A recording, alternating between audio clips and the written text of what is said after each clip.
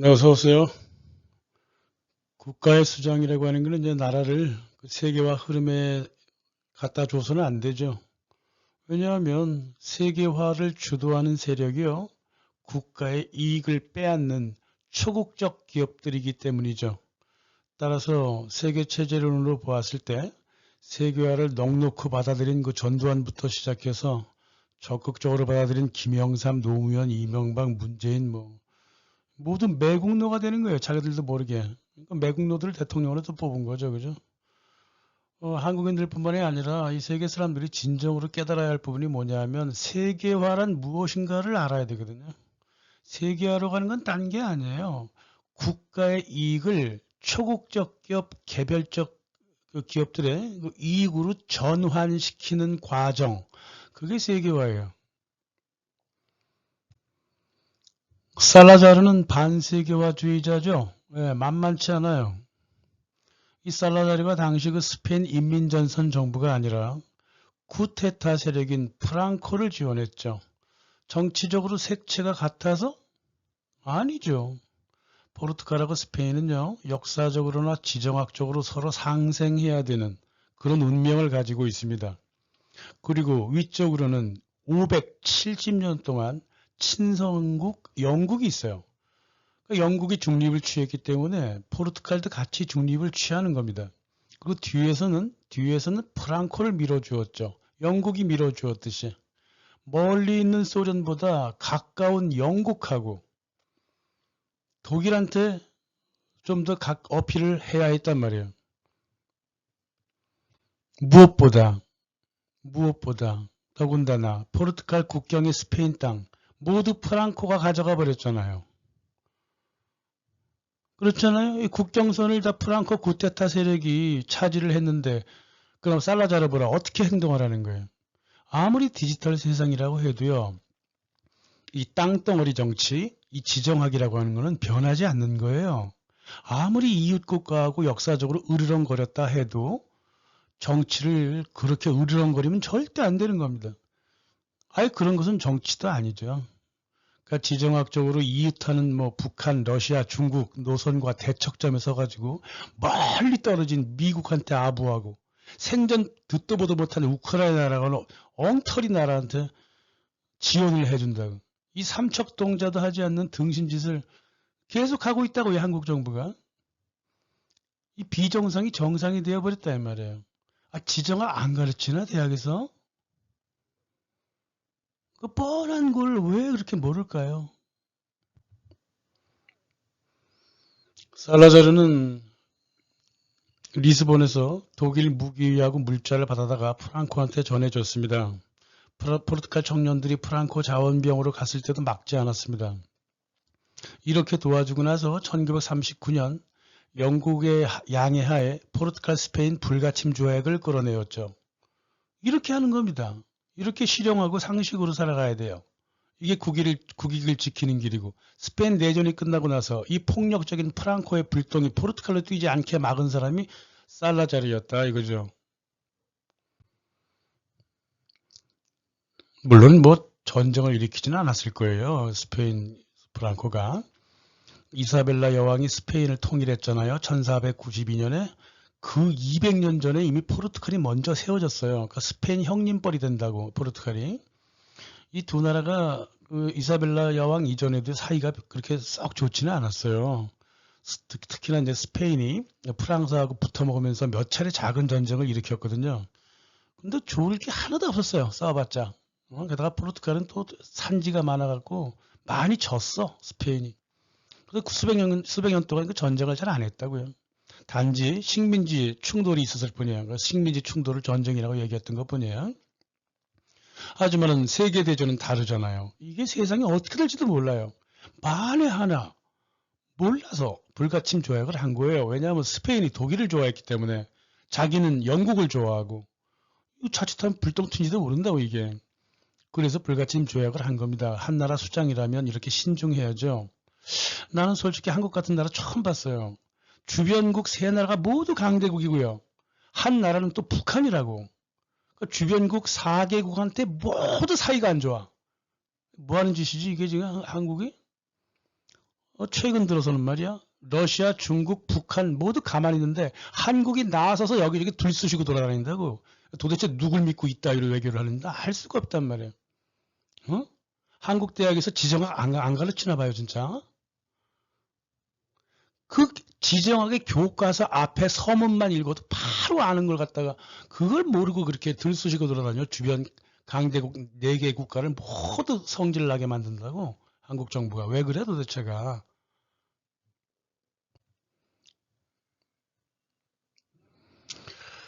나치 독일은 말입니다. 이 포르투갈령 아조레스 제도에 정성을 들여왔습니다. 아조레스 제도를 할양받아가지고요. 유보트, 독일 유보트 기지로 만들고 공군 기지로 쓰려고 그랬죠. 영국도 탐냈죠.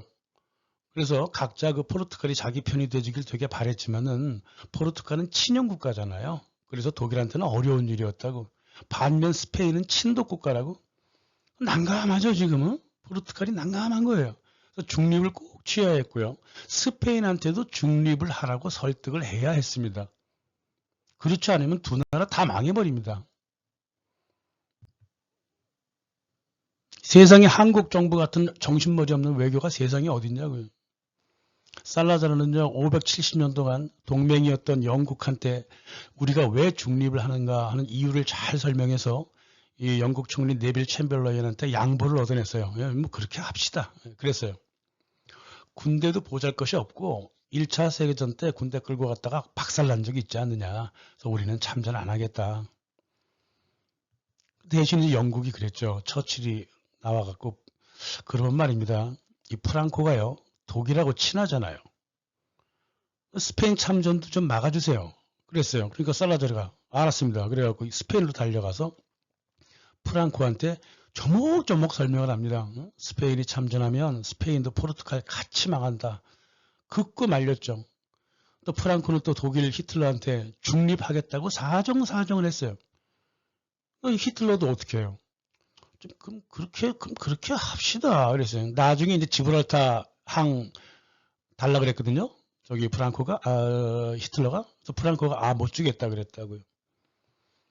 이렇게 해서 스페인을 전쟁의 참화로부터 이렇게 벗어나게 만든 사람이 살라자르였어요. 프랑코보다는. 그렇게 안 했다고는 뭐 스페인도 포르투갈도 모두 프랑스 꼴이 났겠죠. 아니면 나중에 뭐 오스트리아, 뭐 루마니아, 불가리아 꼴 나버렸겠죠. 모두 국익을 위해서 일한 거지 이념에 따라 일한 게 아니라 이 말이에요. 살라자르는요, 히틀러를 계속 도발했잖아요. 영국의 처칠이. 그러니까 영국이 곧 전쟁을 일으키겠구나 알고 있었어요. 지금은 역사가 다 왜곡되어 그랬지만은 포르투갈 정부도 그렇고 스페인 정부도 그렇고요. 스페인 총리 후앙 네그리는 아예 그랬잖아요. 1938년 말에 아예 소련 스탈린한테 그랬다고. 영국하고 프랑스가 지금 전쟁을 일으키려고 하는데 우리는 어찌 되었든 간에 소련 편을 쓰겠다. 이런 식으로 얘기를 했단 말이에요. 다시 말하면 전쟁 벌어지기 전에 벌써 전쟁 유발자는 영국과 프랑스라고 다들 알고 있었어요. 실제 그게 사실이고요. 당시 이게 유럽 정치의 상식이었다고요. 이 역사가 다 왜곡돼서 그렇지. 그래서 미국도 곧 참전하겠구나라는 것도 실은 뭐 정상적인 정치인이라고 다 판단을 하고 있었다고요. 살라자르도 그렇게 생각했어요. 이게 상식이니까 프랑코한테 알려주고 프랑코도 야 그렇겠구나 이래갖고 히틀러에 대해서 중립을 취했다고요. 예. 뭐 히틀러가 무척 섭섭해했죠. 이건 우리 자주인 라디오 제2차 대전 시리즈에 나오는 얘기예요. 히틀러가 너무너무 섭섭해했다는 거예요. 프랑코한테. 그래도 어쩔 수 없어요. 이 포르투갈의 국익을 위해서는 스페인도 중립을 시켜줘야 전쟁의 참화로부터 벗어날 수 있다.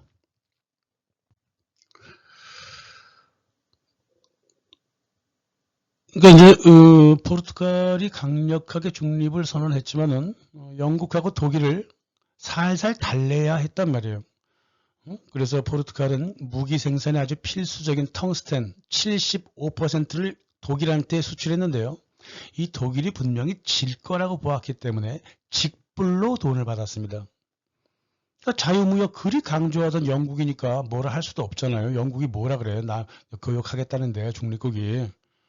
반면 살라자르는 텅스텐 25%를 영국한테 외상으로 팔았어요. 이렇게 영국을 도둑이고 달랬다 이 말이에요. 독일도 그랬고. 그러니까 어느 이념에도 휩쓸리지 않고 무조건 포르투갈의 국익만 생각했던 사람이 살라자르였다 이거예요.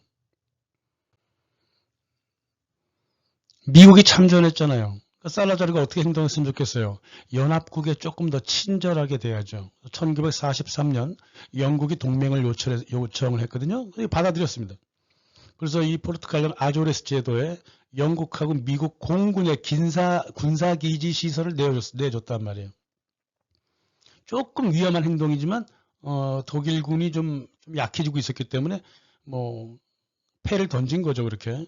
만에 하나 독일이 포르투갈을 친다면 망명정부를 아조레스 제도에 세울 것이다. 그래서 미군의 지원을 받을 것이다. 이렇게 생각했다고. 아주 치밀하죠. 그리고 또 영국한테는 뭐라 그랬냐면 아조레스 제도에 군사기지 세우는 이상 독일의 유보트 방어 시스템하고 대공 시스템을 같이 운영해달라는 약속을 받아냈습니다. 그런데도 독일한테는 계속 텅스텐을 수출했어요. 한 나라의 국가 수장이라면 이렇게 주도 면밀하고 국익을 위한 행동을 해야 되는 거죠. 살라자르는 말입니다. 대전 중 100만 명의 난민을 받아들였습니다. 인도주의 국가라 중립국이라고 하는 위상을 높였습니다. 난민 대다수를 미국 등지로 실어 날랐어요. 이랬기 때문에 중립국에도 불구하고 유엔도 창설시켰고 나토도 창설시키는 이유가 되는 거예요. 이 고립될 수 있었거든요. 포르투갈이. 하지만 고립 안 되게 만들어냈어요. 이 인도주의적 위상을 높여갖고. 또 난민 치료 비용을 쓰게 했죠. 미국에 선박하는 데 그 비용도 챙겼습니다. 이게 일부러 챙긴 게 아니라요. 전쟁 자체가 포르투갈한테는 특수가 있었단 말이에요. 살라자르는 가톨릭 신자잖아요. 전쟁으로부터 절대 이익을 얻으면 안 된다는 게 이 살라자르의 그 기본적인 철학이었다고. 누차 말한 바가 있다고요. 옆 나라의 고통을 두고 그로부터 이익을 얻지 않겠다. 이런 가톨릭 정치를 실행을 했다고. 그래도 전쟁의 절차가 원래 그게 순서가 그렇게 되어 있기 때문에 돈이 들어올 수밖에 없어요. 포르투갈로. 그래 뭐 잘 살았어요. 포르투갈 사람들은 전쟁으로부터 벗어나서. 거꾸로 베트남의 일부러 가서 생면부지의 사람들, 아무 이해관계도 없는 민족들을 총 쏴 죽여놓고 돈 벌었다고 뻔뻔하게 말하는 한국 사람들이 있어요. 베트남에서. 이 사람들은요, 도덕이 뭔지도 모르고 인륜이 뭔지도 몰라요. 미국이나 유럽 가서 그런 말 한번 해보세요. 살인마, 범죄자로 지키기 전에 아예 사람 취급도 안 해요. 한국이니까 오냐 해주니까 자꾸 그런 말을 해. 한국 역사에서 베트남 특수는요, 창피한 일이에요. 망각까지 할 필요는 없겠지만 입을 닫는 게 최선이라고. 창피해서 말을 못하는 겁니다. 그런 얘기는. 도덕의 기준도 없고 윤리의 기준도 없는 그런 행태란 말이에요. 베트남에서 돈 벌었다고 자랑한다고? 사람답지 않은 사람들입니다. 그게. 그래도 포르투갈 경제는 여전히 약했어요. 하지만 꾸준히 자급하려고 그랬죠. 일단 자급을 해둬야 경제도 균형 발전한다고 믿었기 때문에 이 포르투갈이라고 하는 나라는 변방국가라서요. 먹거리가 안정되어야 나머지 산업을 구체적으로 챙길 수가 있어요. 다른 나라와 교역이 그렇게 자유롭진 않단 말이에요. 그래서 그래요. 1960년 포르투갈 1인당 GDP가요. 유럽 공동체 평균의 38%에 불과했습니다. 그래도 계속 발전했습니다. 살라자르 체제 밑에서 자급하면서 너무 더디게 발전해서 탈이지. 이 살라자르 신국가의 의무 교육은요, 문명을 탈출시켰지만은 첨단 기술이라든가 제조, 중공업을 세울 정도의 교육은 부족했어요. 어떤 절실함도 그렇게 뭐 별로 없었기 때문에 그런 건데요. 이게 중공업 체제에 맞는 숙련 노동자 만들기 교육은요, 살라자르 죽고 나서 1971년 교육개혁하면서부터 실행했거든요. 근데 아무리 가르쳐봐야 뭐해. 포르투갈은 중공업을 일으킬 여건이 되지 않는 나라예요. 지금도 끝까지도 그래요. 그러니까 살라자르 생각이 옳았죠. 중소기업부터 차근차근 출발해서 발전시켜 나가는 게 좋다고 생각했다고요. 무엇보다 이 국민들이요, 경쟁적인 국민들이 아니라고. 이 아일랜드 사람들처럼 나도 잘 살아보자, 잘 살아보세요, 뭐 이런 게 없었다고요. 뭐 어느 정도 먹고 자급적으로 그냥 살고 있었는데 뭘 잘 살아봐. 잘 살고 있는데 그냥. 그래서 살라자르도 갑작스럽게 그렇게 경제적인 도전을 하지 않고 점진적으로 산업을 확대하고자 했다 이 말이죠. 다 자기 그 민족성에 맞게 하면 되는 겁니다. GDP는 낮다고 해도 소득 불평등이 없었잖아요. 그래서 포르투갈 사람들이 거의 대다수가 서유럽 사람들만큼이나 먹고 살았어요. 1970년에 이제 서유럽 평균 GDP 50% 정도였거든요. 그래도 다 먹고 살았습니다. 그래서 포르투갈이 할 수 있는 산업만 일으켰어요. 섬유 산업, 도자기 산업, 유리 크리스탈 산업, 목재, 오토바이 생산, 통조림 산업 이런 것들이 포르투갈이 자체적으로 할 수 있는 산업이었고요. 또 그 산업에 근간해가지고 대기업도 자라난 게 바로 살라자르 체제에서 자라나게 돼요. 중요한 건요, 이 포르투갈 경제는요, 살라자르 통치하에서 꾸준히 발전했다는 거에 있어요. 한 번도 뒤로 밀려간 적이 없어요. 1950년대 말부터 포르투갈의 대기업이 자라나요. 주로 재벌 형태로 자라나서 시멘트, 코르크, 석유화학, 음료, 해군공학, 전기공학, 은행, 제지, 관광, 광업 이런 산업들이 크게 자라나고 있었다고요. 자동차 같은 경우는 이제 못 만드니까 시트로엔 같은 이제 프랑스 기업들이 들어와서 생산을 했고 그 기술을 억지로 어떻게든 간에 배우려고 그러진 않았어요. 들어와서 우리나라 차 만들어 다오 뭐 이랬단 말입니다. 그 유럽이라고 하는 곳이 이제 그런 곳이니까 그런 거죠. 한국 같은 경우는 한번 들어오면 기술 다 쪽쪽 빨아먹어야 되잖아요. 그러지 않으면 한국은 안 돼요. 기술을 갖고 올 때가 그렇게 많지 않거든요. 그리고 일본 같은 나라 잘 안 해주려고 그러고. 그랬잖아요. 하지만 포르투갈은 안 그랬다고요. 아무튼 뭐 1960년대부터 제조업은 꾸준히 늘었습니다. GDP도 꾸준히 늘어갔고요. 1970년대까지 포르투갈 연평균 GDP는 5.7%. 괜찮은 거죠, 그죠? 예.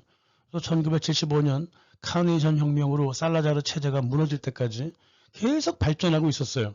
만약 살라자르 체제가 계속 이어졌다면 아마 지금 정도로 본다면 이탈리아 정도는 따라갔을 겁니다, 포르투갈이. 전체 다 그 데이터를 보면 살라자르가 죽은 다음에 소득 불평등이 굉장히 커지죠. GDP는 올랐다 하더라도 삶이 더 팍팍해졌다고요. 불평등 없이 조금은 가난해도 꾸준하게 발전하는 게 좋은지 아니면 소득 불평등 팍팍 나오고 경쟁 체제 팍팍 돌려갖고 GDP가 크게 올라가는 게 좋은지 이건 각자 생각해 볼 일이죠. 물론 뭐 생각한다고 되는 건 아니지만 그 나라 국민성이 어떤가 이것도 판단을 해야 되고 말입니다.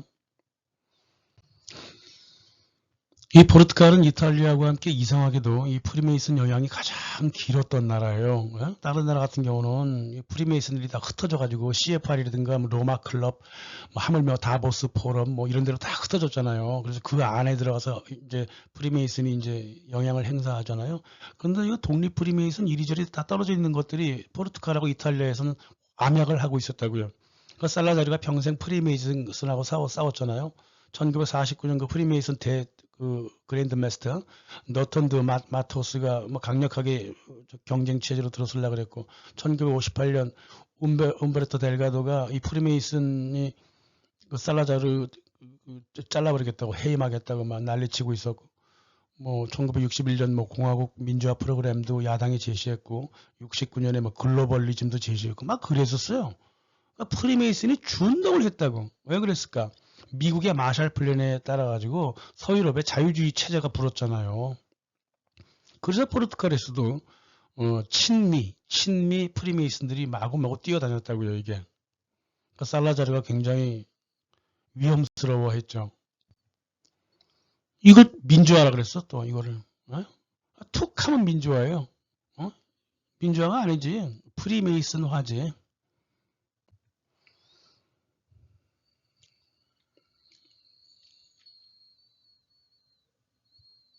그래서 그 1958년 그 살라자르가 그 대통령에 출마하려고 그랬던 그 프리메이슨 홈베르토 델가도 이 사람을 직접 투표로 뽑지 않고 국회하고 노사위원회에서 간접선거로 뽑으려고 이 법을 바꿨어요. 그래갖고 이 사람을 추방시켰는데 지금까지도 사람들이 뭔가 착각을 해가지고 델가도가 인기가 많아갖고 직접 투표했다면 대통령이 당선되었을 것이고 대통령이 당선되면은 당연히 살라자르는 해임되었을 것이다 이러는데 어떤 증거도 없어요. 무슨 그런 호들갑을 떨어요. 그리고 살라자르가 독재를 연장하려고 대통령 선거제를 간접제로 바꿨다? 말도 안 되는 소리를 하고 있어요. 살라자르가 누구예요? 프리메이슨의 영원한 적이잖아요. 프리메이슨들이 마샬 플랜하고 미국을 등에업고 제1공화국 시절처럼 포르투갈 대통령직을 장악하고 의회주의를 다시 만들려 했기 때문에 이놈을 쫓아낸 거지. 예? 살라자르는 말이에요. 프리메이슨들이 포르투갈을 말아먹으려는 짓을 막으려고 그랬던 거지. 민주화를 막은 게 아니다 그 말이에요. 이 프리메이슨 준동을 민주화라고 위장을 했다니까요. 이 움베르토 델가도 이 프리메이슨 별명이 뭔지 알아요? 이 장군이거든요, 이게. 제너럴 코카콜라였어요. 포르투갈을 완전히 미국한테 넘겨주려고 했단 말이에요. 이 프리메이슨의 목적이 그거였다고요. 살라자르가 가만히 있겠어요?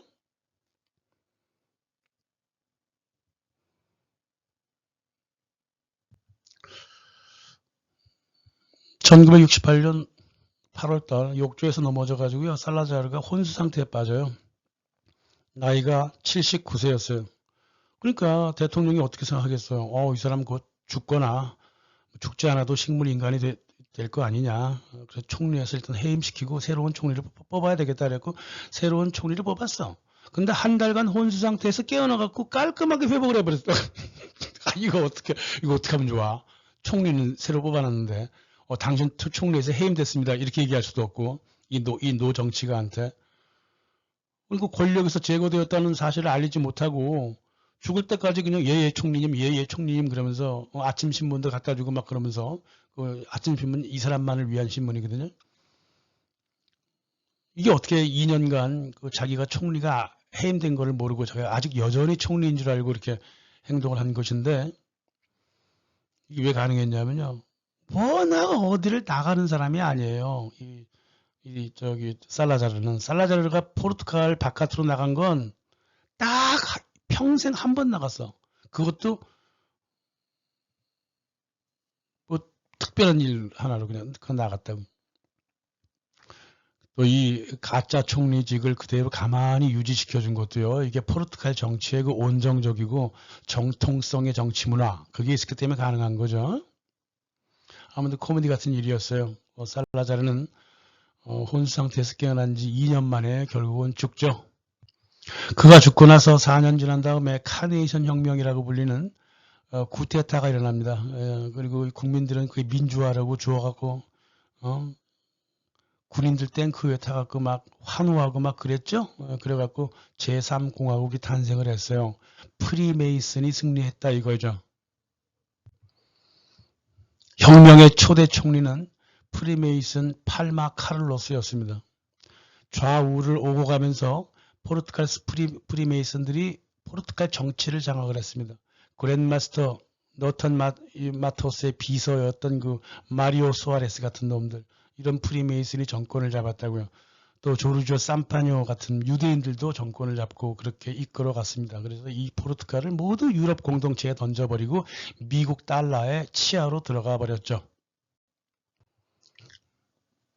포르투갈은요 성장 동력을 잃고 재정하고 교역의 적자를 계속 겪으면서 점점 낙후되어 갔습니다. 살라자르 시대에 만들어졌던 대기업, 중소기업 모두 서유럽 대기업 앞에서 경쟁력을 잃어버렸죠. 인플레이션만 높아졌고 금융 위기를 겪었고 개인 GDP는 동유럽 수준으로 계속 머물러 있고 제조업은 살라자르 전후로 돌아가 버렸어요. 국가 경쟁력은 40위 전후로 오락가락하고 나라 빚이 GDP 대비 100%, 빈곤율은 전체 국민 45%의 나라가 됐다고. 이게 어떻게 살아 이런 나라에서. 다른 유럽 국가들의 공장들이 임금이 좀 낮은 포르투갈로 이전했기 때문에 그나마 GDP가 올라간 것처럼 보이는 거예요. 임금은 쥐꼬리였다고요. 겉으로 GDP는 오르는 척했지만 안정되고 발전된 경제는 다시는 돌아오지 않았단 말이에요. 미국의 영향을 받아갖고 계속 살라자르 체제를 비판하고 그렇게 만들어 놨단 말입니다. 이 포르투갈 문화에 전혀 어울리지 않는 양성평등, LGBT 같은 걸 들여와가지고 아무 가치 없는 주제를 공공정책으로 만들어갖고 사회를 분열시켜버렸다고요. 그 포르투갈 사람들한테 맞지 않는 옷을 입혔단 말이야. 유럽 공동체 유니폼을 입었는데 가장 잘 안 어울리는 게 이 포르투갈이었단 말입니다. 그 점잖은 포르투갈 시민들 말이야. 묻지마 범죄 마구마구 만들어내고요. 그렇게 남을 증오하는 범죄가 많아지고 나라를 그렇게 만들어놨어요. 이 프리메이슨들이. 노무현하고 문재인이 한국도 딱 그렇게 만들었잖아요. 한국 몸에 전혀 맞지 않는 그 세계화 정책이 있어요. FTA라든가 백신이라든가 기후변화, LGBT 양성평등, 뭐 차별금지법, 뭐 이기주의적인 인권 같은 거.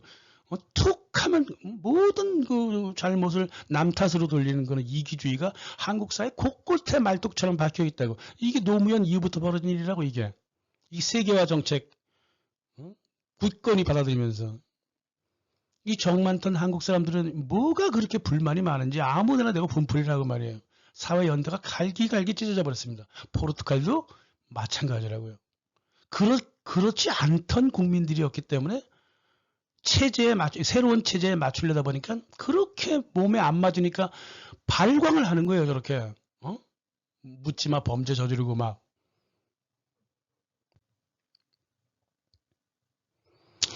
살라자르가 뭘 다 잘했다. 그건 아니에요. 가장 잘못한 정책인 식민지 정책이죠.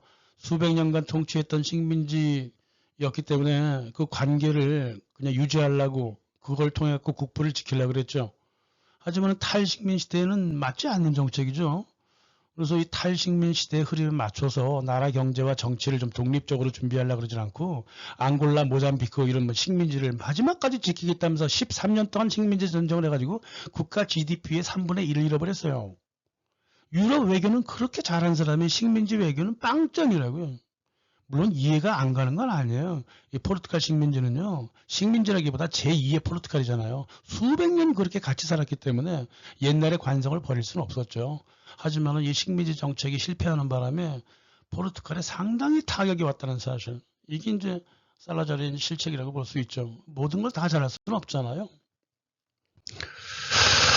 프랑코가 죽은 다음에 스페인은요. 프랑코 시대에 벌어졌던 모든 일들을 말하지 말자 입을 막아버렸습니다. 텁으로 만들어버렸어. 하지만 포르투갈은 그럴 필요가 없죠. 살라자르 시대에 뭐 국민적인 아픔이 그렇게 없었기 때문에 그래요. 스페인이 입막음으로 그 과거를 처리하려고 그랬다면 포르투갈은 심리적으로 부정해버리고 미국인들이 싫어한다고 하니까 서유럽 사람들도 살라자르 체제 싫어한다고 하니까 그냥 망각해버리자 그랬습니다. 하지만 살라자르의 유산은 포르투갈 정신 속에 계속 각인이 되어 있는 겁니다. 삼투압이 없을 리 없죠.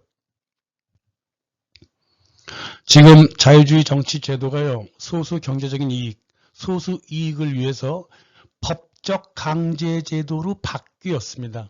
그래서 자유주의 결론은요. 입헌독점, 입헌독재예요. 우리는 지금 자유와 민주가 완전히 사라진 폐허 속에 살고 있어요. 소수의 이익을 지켜주기 위해서 헌법 바꾸고 공법으로 만들어버리고 개인이 만든 개인 회사가 만든 법을 나라 안으로 끌고 와서 의회에서 자유롭게 통과시켜주고 이따위의 행동을 하다가 이 모양 이 꼴이 됐다 이 말이에요. 기업이 만든 법을 갖고 와서 어떻게 헌법까지 바꾸고 공법을 만드냐고요. 노무현. 이 유튜브 체제가 바로 시장주의예요. 콘텐츠를 일일이 검열한다고. 하지만 한편으로는 시장처럼 좋아요, 구독률을 통해 갖고 조절한다고요. 지금 의회가 딱 유튜브 스타일이에요. 시장 의회주의라고 검열이 존재하는 초국적 기업들이 시장에서 얻는 이익을 위해서 감세법, 의료계 이익을 위해서 백신 의무 접종법, 노동시장위원회를 위해서 양성평등법 이렇게 쭉쭉 만들어냈잖아요. 그리고 자동 판매기처럼 국회에서 다 통과시켰어요. 이런 거짓 문화는 살라자르 체제에서는 불가능했다 그 말이에요. 지금 포르투갈에서는 뭐 쉐가라 그래갖고 뭐 대한정당이 하나 나왔는데 가만 살펴봤더니 이게 안토니오 살라자르하고 안토니오 세르지오 요 두 사람의 그 정치 철학을 같이 섞어 대충 버무렸더라고요. 그래서 두 사람 모두 이름이 안토니오니까요. 이 두 안토니오 잘 버무려서 좀 뭐 잘 되길 바랍니다. 이 쉐가 그 저기 한국 번역하면은 됐고 그거예요. 자, 자유민주주의 됐고 이제 대한 체제 한번 연구해 보자고요. 한국 사람들도. 감사합니다.